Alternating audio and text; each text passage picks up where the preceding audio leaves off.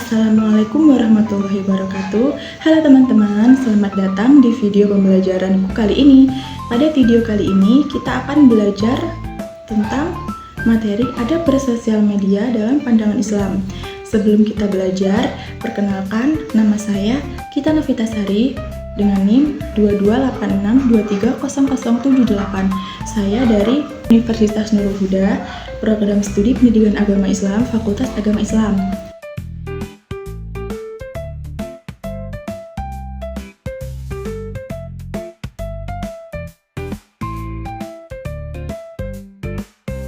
Media sosial telah menjadi bagian penting dari kehidupan kita sehari-hari, memungkinkan komunikasi global dan akses ke informasi. Namun, dengan kemudahan ini muncul tanggung jawab untuk menggunakan platform ini dengan bijak dan menghormati privasi orang lain. Nah, apakah kalian tahu apa itu media sosial? Media sosial berasal dari dua kata, yaitu media dan sosial. Media secara harfiah berarti alat atau sarana komunikasi seperti koran, majalah, radio, televisi, film, poster, dan spanduk. Sedangkan kata sosial berarti berkenaan dengan masyarakat. Jadi, media sosial adalah sebuah media online dengan penggunanya bisa dengan mudah berpartisipasi, berbagi, dan menciptakan isi yang meliputi blog, jejaring sosial, wiki, forum, dan dunia virtual. Blog, jejaring sosial, dan wiki merupakan bentuk media sosial yang paling umum digunakan oleh masyarakat di seluruh dunia. Jika media tradisional menggunakan media cetak seperti koran, majalah, buletin, dan lain-lain, dan media broadcast seperti televisi dan radio, maka media sosial menggunakan internet. Media dan umpan balik secara terbuka mengajak siapa saja yang tertarik untuk berpartisipasi dengan memberi kontribusi dan umpan balik secara virtual. Selanjutnya, jenis-jenis media sosial. Media sosial terbagi menjadi beberapa jenis, yaitu yang pertama, collaborative project. Collaborative project ini memungkinkan adanya kerjasama dalam kreasi konten yang dilakukan oleh beberapa pengguna secara simultan. Misalnya adalah Wikipedia. Bentuk lain dari collaborative project ini adalah social bookmarking yang mengizinkan koleksi berbasis kelompok dan peringkat kaitan internet atau konten media. Yang kedua, blogs. Blogs merupakan salah satu bentuk media sosial yang paling awal yang tumbuh sebagai web pribadi, umumnya menampilkan dates, template, entries dalam bentuk kronologis. Konten communities. Konten communities ini memiliki tujuan untuk berbagi konten media di antara para pengguna, termasuk di dalamnya adalah teks, foto, video, dan PowerPoint. Yang keempat, social websites.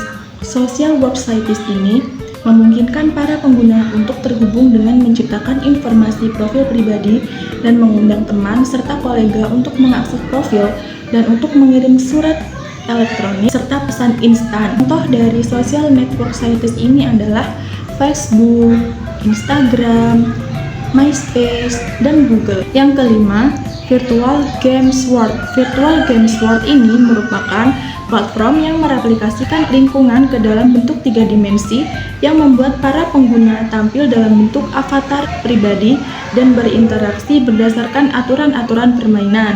Yang terakhir, Virtual Social World.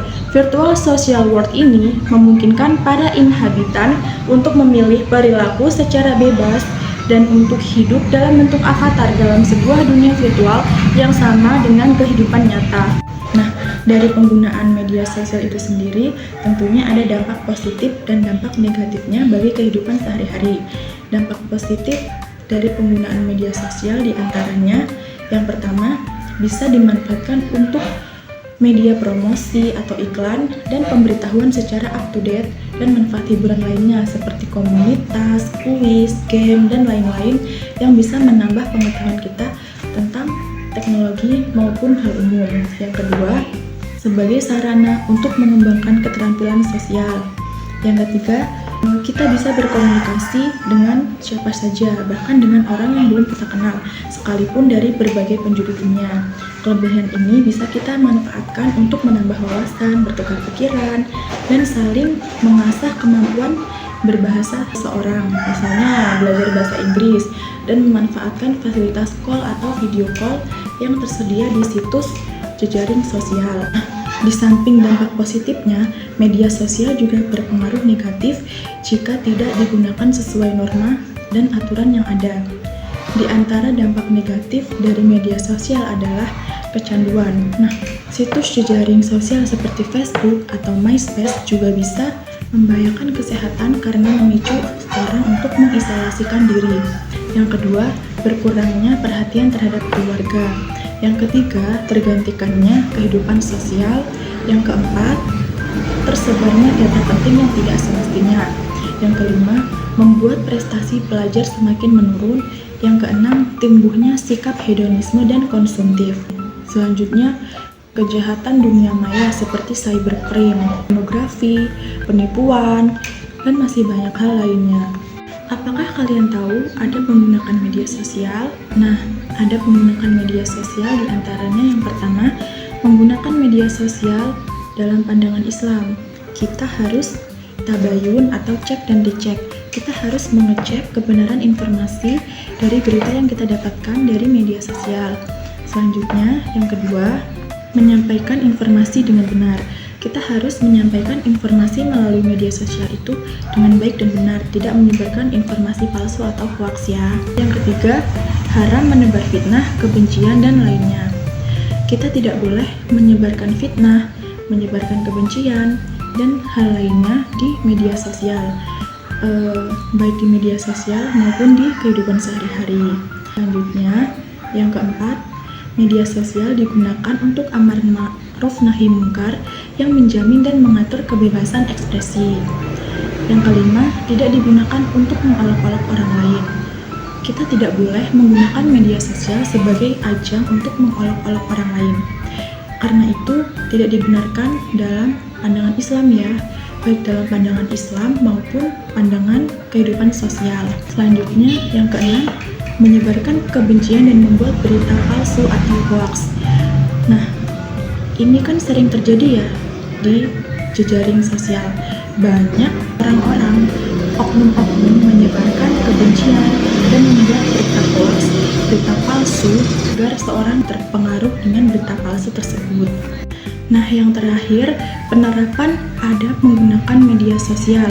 Adab-adab media sosial yang diterapkan dalam kehidupan sehari-hari adalah dengan tidak menuliskan pesan atau komentar buruk terhadap orang lain, serta berhati-hati dalam menggunakan apapun di media sosial. Jadikan media sosial sebagai platform positif untuk mengembangkan diri dan menyebarkan atau membuat konten-konten yang bermanfaat.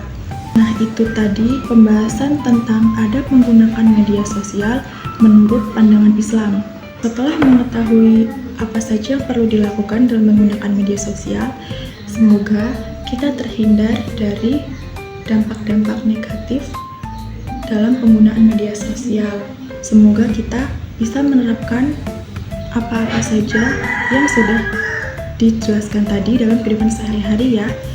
Jangan sampai kita menyalahgunakan media sosial untuk kepentingan pribadi kita sendiri dan merugikan banyak orang. Nah, dari materi tadi dapat kita simpulkan bahwa ketika kita menggunakan media sosial, alangkah lebih baiknya kita mengetahui terlebih dahulu tata cara dan adab dalam menggunakan media sosial supaya kita terhindar dari dampak negatif media sosial.